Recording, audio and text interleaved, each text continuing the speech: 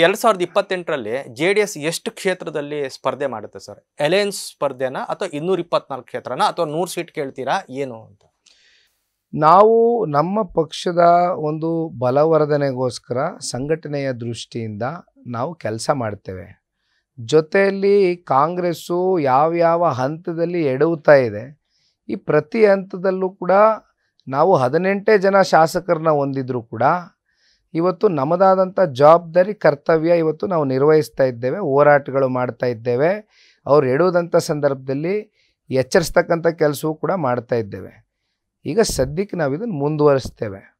ಆದರೆ 100 ಸೀಟು ಅಲಯನ್ಸಲ್ಲಿ ಕೇಳಬೇಕಾ, 80 ಕೇಳಬೇಕಾ, ಅಥವಾ 120 ಕೇಳಬೇಕಾ, ಅಥವಾ ನೀವು ಹೇಳ್ದಂಗೆ we don't know the numbers, ಅದ್ರ ಬಗ್ಗೆ ನಾವಿನ್ನೂ ಆಲೋಚನೆ ಮಾಡಿಲ್ಲ. ಅದು ಮುಂದೆ ಚುನಾವಣೆ ಸಮೀಪದಲ್ಲಿ ನಾವು ಅಲಯನ್ಸಲ್ಲಿ ಹೋಗಬೇಕಾದಂಥ ಸಂದರ್ಭದಲ್ಲಿ ಈಗ ನಾವು ಹೋಗಿ ಕೂತ್ಕೊಂಡು BJP ಕೇಂದ್ರದ ನಾಯಕರ ಜೊತೆ ನಮಗೆ 100 ಸೀಟು 120 ಸೀಟು ಕೊಡಿ ಅಂತ ಹೇಳಿದಾಗ ಗ್ರೌಂಡ್ ರಿಯಾಲಿಟಿನೂ ಚೆಕ್ ಮಾಡ್ಕೊಳ್ಬೇಕಾಗ್ತದಲ್ಲ.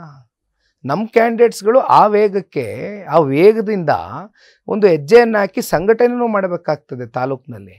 ಹಾಗಾಗಿ ನಮ್ಮ ಗಮನ ಇವತ್ತು ಸಂಘಟನೆ ದೃಷ್ಟಿಯಿಂದ ನಾನಾಗಲಿ ಅಥವಾ ನಮ್ಮ ಪಕ್ಷದ ಯಾವುದೇ ನಾಯಕರುಗಳಾಗಲಿ ಹೆಚ್ಚಾಗಿ ಸಮಯ ಗಮನ ಕೊಡ್ತೇವೆ. ಮುಂಬರ್ತಕ್ಕಂಥ ದಿನಗಳಲ್ಲಿ ನೋಡೋಣ. ನ್ಯೂಸ್ ಫಸ್ಟ್ ನಿರ್ಭೀತಿಯಿಂದ ನಿಮ್ಮ ಪರವಾಗಿ.